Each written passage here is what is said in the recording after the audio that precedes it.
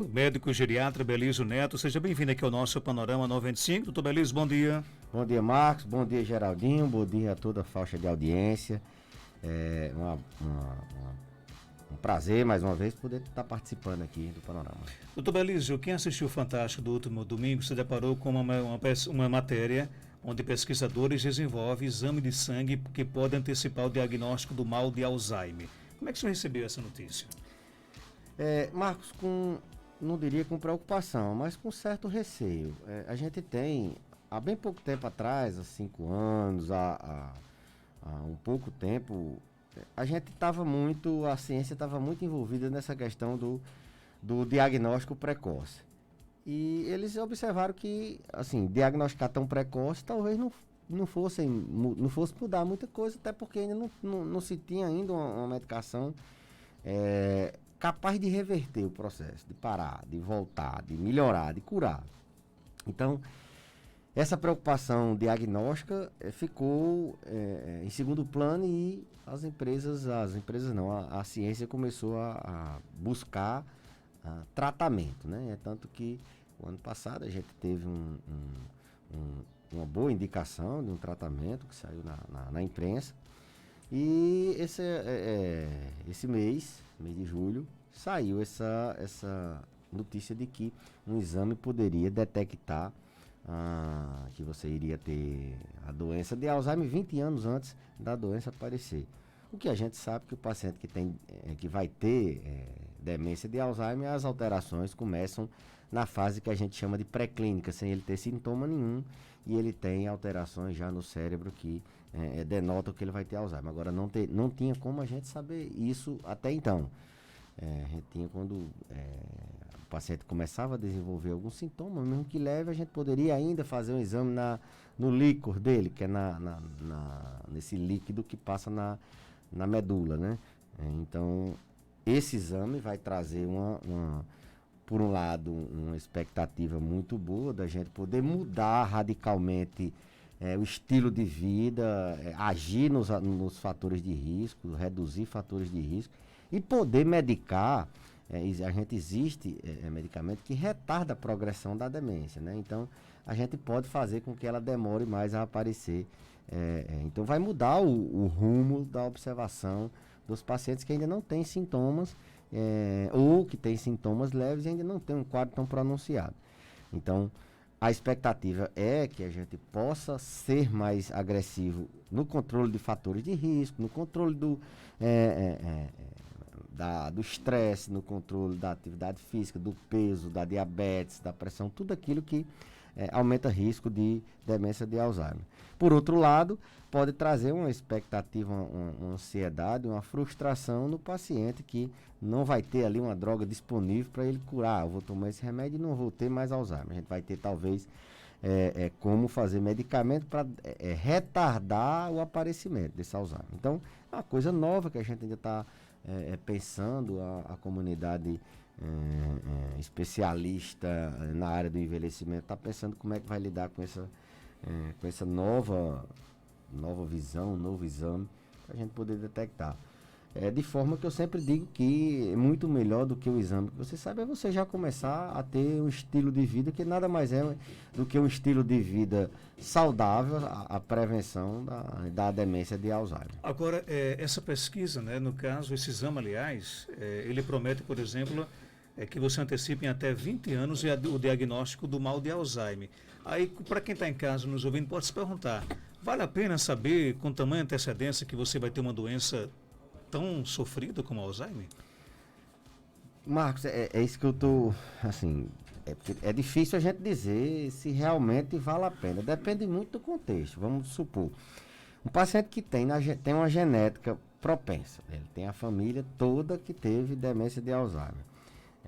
E ele e tem uma família que vai ficar assim, muito idosa, então a idade e a genética contribui, talvez valha a pena. Uma pessoa que tem um estilo de vida, tem muita morbidade, tem muito fator de risco para demência de Alzheimer, talvez valha a pena. Mas para quem não tem, só por simples curiosidade, é muito melhor tratar a ansiedade de querer saber, né? Eu não sei. Agora, talvez com a expectativa de se sair uma droga mesmo eficaz, aí sim a gente vale muito a pena. É um dilema, eu diria, para a gente saber se vale a pena ou não. Eu até cheguei a me pensar se eu realmente queria saber se eu iria ter demência de Alzheimer no futuro ou não. Então são muito assim preliminares ainda as observações, a gente tem que ver mais qualitativamente como é que é feito esse exame, o que é que ele pode ainda nos ajudar.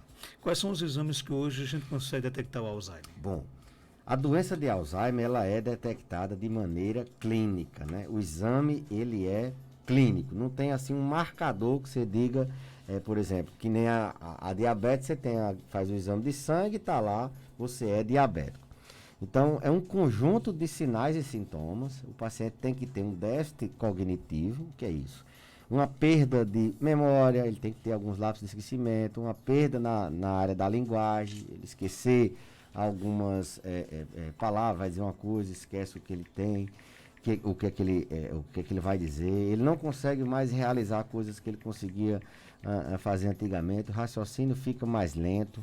Então ele tem que ter esse déficit cognitivo, é aquilo que eu sempre digo, a pessoa que está começando a repetir muito assunto, ele conta uma coisa, esquece que contou, conta de novo, vai dizer uma coisa, não lembra o que é que disse, isso começa a se tornar repetitivo, ele se perde na rua, a dona de casa que esquece o fogão, esquece a torneira ligada. Então são esses sintomas associados a uma bateria de exame de rastreio cognitivo. A gente no consultório faz testes da memória, o geriatra ou quem lidar com demência de Alzheimer, a gente faz um teste cognitivo e demonstra, né, a gente formaliza que o paciente tem um déficit cognitivo. Associado a isso, ele tem que ter outros exames que afastam outras doenças. Por exemplo, alguns exames de sangue que afastam que aquele esquecimento é dessa causa X ou dessa causa Y. E um exame de imagem para afastar doenças outras, para demonstrar que ele tem uma atrofia, uma diminuição numa área do cérebro chamado hipocampo, que ele tem algumas alterações na área do córtex pré-frontal e até temporal. Esse conjunto de sinais, sintomas e exames complementares dão um diagnóstico. Não tem um teste que a gente possa fazer, não. Até tem um exame que a gente faz, como eu falei, no líquor.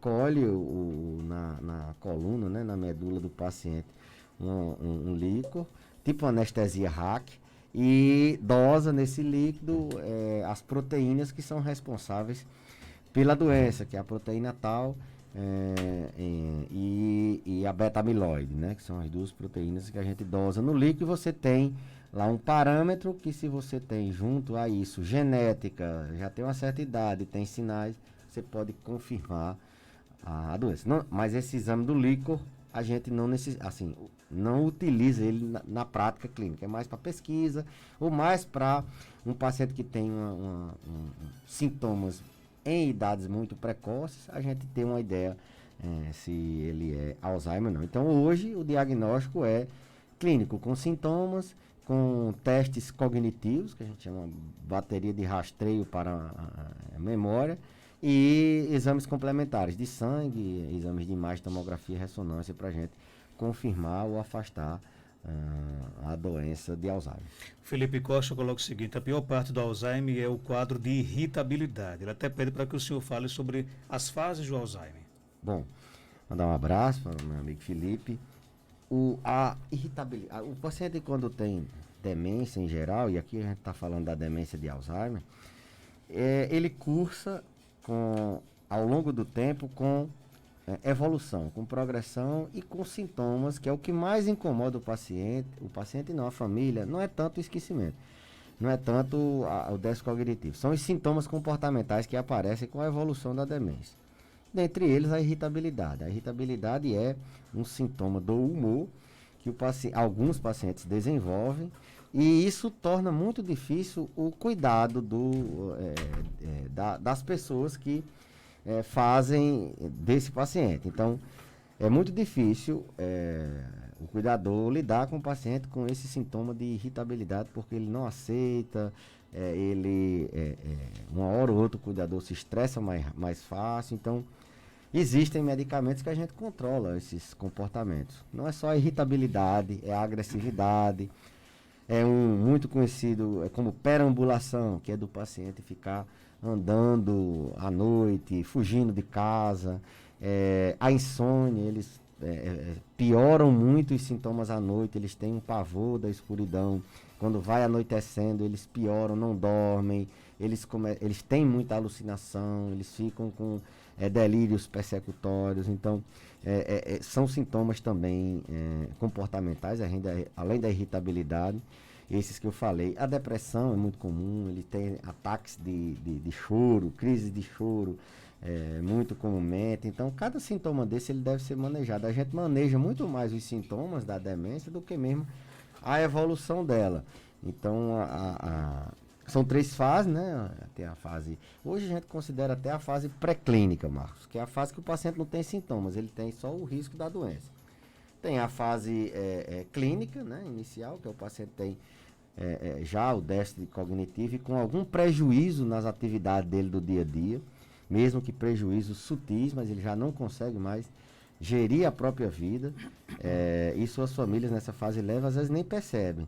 Mas é aquele senhor, aquela senhora que tem um comércio e ele já passa um troco errado. É aquele que se atrapalha na hora de tomar os remédios, é aquele que ele não tem mais condição, a família às vezes até não sabe ou percebe na hora da consulta. Então ele tem alterações discretas, a fase leve, na capacidade, na independência, mas já tem. A fase moderada, ela vai progredindo exatamente com sintomas, né? À medida que a doença progride, mais sintomas comportamentais vão aparecendo. E a fase avançada é aquela fase onde o paciente já tem um déficit cognitivo bem pronunciado, ele já não sabe quem são as pessoas que estão à sua volta, ele já desaprendeu muitas vezes a capacidade de ter vontade de ir no banheiro e ir, ele simplesmente faz ali onde ele está, ele meio que se despersonaliza, né? Então são essas fases leve, moderada e avançada. As fases leves, onde a gente tem uma eficácia muito maior, mas é difícil às vezes da família perceber, são sutis as alterações e a questão da negação da família, o próprio preconceito de achar que aquilo é normal do envelhecimento, a família às vezes não quer que o paciente esteja demenciando, assim, não quer que ele esteja porque queria o pai inteiro e finda postergando, negligenciando. É nessa fase que a gente tem mais eficácia no tratamento. Doutor Belísio, alguma dica ou orientação para reduzir o colesterol total? Existem medicamentos para baixar essa taxa? Pergunta o nosso ouvinte. Sim. Na verdade, de início a gente sempre preconiza mudança de estilo de vida e atividade física. Mudança de estilo de vida para quem tem hipercolesterolemia pura, você, na sua dieta, você evitar fritura, evitar nata, evitar carne gorda, evitar gordura, né? Então você dá uma diminuída na gordura, passa a assar a carne na brasa. Hoje a gente tem aqueles Wi-Fi, tem aquela churrasqueirazinha elétrica, né? Então, diminuir a quantidade de gordura na sua comida. Então, como orientação alimentar geral, é essa. Iniciar uma atividade física. Não tem como a gente controlar. O termo dieta, Marcos, é muito complicado porque já tem sido desrecomendado pelas sociedades médicas e de nutricionistas. A ideia é reeducar mesmo, é você a longo prazo. Não adianta você fazer uma dieta, baixar, depois volta tudo de novo. Isso é ruim tanto para obesidade como para distúrbios metabólicos, no caso as taxas altas, né? Então, a orientação é essa, mudança de estilo de vida, principalmente diminuindo a gordura da comida e fazendo uma atividade física. Tem sim remédio, mas o remédio é quando a gente não consegue colocar o paciente na meta com mudança de estilo de vida, e aí sim a gente lança mão de uma classe de medicamentos chamadas as estatinas, geralmente. Doutor Belísio, minha mãe toma medicamentos passaram por psiquiatra. Estava até bem, mas de alguns meses para cá está com muita irritabilidade. Qualquer som ela acha alto, está falando que houve alguém falando mal dela. Isso pode ser tratável novamente com o psiquiatra ou com o geriatra? Esse sintoma de irritabilidade crônica, né, quando passa de 2 anos, o paciente tem esse humor irritadiço, ele é muito negativo. Isso a gente tem um nome, chama-se distimia. É um tipo de depressão que não cursa tanto com a melancolia de chorar, de ficar triste, desesperançoso. É mais a irritabilidade, é mais o humor irritadiço. Isso é muito mais comum na terceira idade. E o nome é distimia. Distimia é um distúrbio do humor, um transtorno do humor bem comum. É uma irritabilidade crônica com mais de 2 anos. Como ela está com assim, uma hiper sensibilidade, né? Até mesmo tendo talvez alucinações que alguém está falando, isso é muito comum, paciente que tem déficit auditivo. Quem não escuta bem tem sempre a ideia de que tem alguém falando dele, e isso é muito ruim, tanto para o humor, ela fica com essa ideia de que as pessoas estão falando dela, como também atrapalha muito a memória. As pessoas que têm déficit auditivo, elas têm muito mais demência. Então, ela deve ter aí um distúrbio do humor, uma distimia, talvez em fases mais graves, assim, um distúrbio mais grave, fazendo esses delírios persecutórios, que tem alguém falando. Então, seria uma depressão psicótica também associada. Quanto à questão da especialidade, existem doenças que elas têm assim, intersecções, especialidades, tem muitas intersecções. Por exemplo, dor. Quem é que trata dor? Né? Tem a reumatologia, tem a ortopedia, tem a medicina de família, a geriatria, quando é uma dor num paciente idoso. Então, a gente tem muitas intersecções. Nesse caso de distimia, a geriatria assim, pensa sempre no paciente, ele tem a distimia, mas ele tem risco de complicar com o tratamento, eles são mais vulneráveis a reações adversas. Ele não só tem a distimia, ele trata as outras coisas. Então a gente trata o doente, não só a doença, né? Não segmenta tanto. Mas as duas especialidades elas tratam com bastante destreza essa doença no paciente idoso, né? Estou falando do paciente idoso. Já não temos tanta habilidade no adulto jovem. Então, mas eu sempre gosto de insistir no paciente. Se ela está com esse acompanhamento e ainda está assim, ainda não está ajustado, volta lá no mesmo profissional para ver se ele consegue ainda dar um ajuste. Às vezes ficar só saltando é pior para o paciente. A gente tem que insistir enquanto dá no tratamento. A ideia eu sempre comento aqui, a ideia de acompanhamento, o paciente, quando ele tem um médico da referência dele, assim, ele é acompanhado, tudo facilita, porque aquilo a gente já conhece o paciente. Quando ele interna, a gente sabe o que é que ele pode desenvolver. Quando ele adoece, a gente sabe mais ou menos por onde começar. Quando ele piora um quadro, a gente sabe mais ou menos. Então, ser acompanhado, um paciente na idade da velhice, a gente necessariamente tem que fazer periodicamente um acompanhamento. A Covid ensinou muito isso. As pessoas viram que se não tiver bem, se não tiver com saúde, elas complicam em qualquer cenário. Muita gente que tiveram Covid, muitos idosos que tiveram a doença, Marcos, estão agora atentando para buscar a saúde. Tiveram muitos internados, passaram por estresse pós-traumático, elas saíram muito mal do internamento, assim, mentalmente, saíram com sequela pulmonar, com dificuldade para respirar. Então, elas precisam se reabilitar. Então, aproveitaram nessa reabilitação para, a partir de agora, seguir um acompanhamento com alguém da sua confiança. É até difícil, às vezes, o paciente conseguir encontrar um apoio quando ele adoece. Às vezes, o médico, naquele dia, tá lotado, ele prioriza aqueles pacientes que ele já acompanha. Então, isso até uma orientação, não estou dizendo de me procurar, não. Ter um posto de saúde, se relacionar melhor com o agente de saúde, com aquele médico do bairro, com alguém que você possa se reportar durante sua velhice, para que você, vez por outra, tenha uma orientação, um reajuste, uma manutenção. Para fechar, nosso ouvinte pergunta: minha mãe tem 70 anos e ela é que tem insônia. Porém, ela se deita na cama sem estar com sono. Está errado essa conduta dela? Tá. Uma das orientações que a gente faz para assim, está errado em parte, né? Porque uma das orientações que a gente faz de higiene do sono, paciente que não dorme bem, é ele ter um horário fixo para se deitar, um quarto tranquilo e tal. Ele tentar deitar sempre naquele horário e acordar sempre naquele horário. Mesmo que não tenha sono. Mas, o paciente com meia hora depois, se ele não consegue dormir, é bom ele levantar e procurar alguma atividade que faça ele se entreter, assim, de maneira tranquila, para que ele não fique, o cérebro dele entendendo que aquele local é lugar de descanso. Ele vai para um lugar que ele descanse e venha para a cama só para dormir.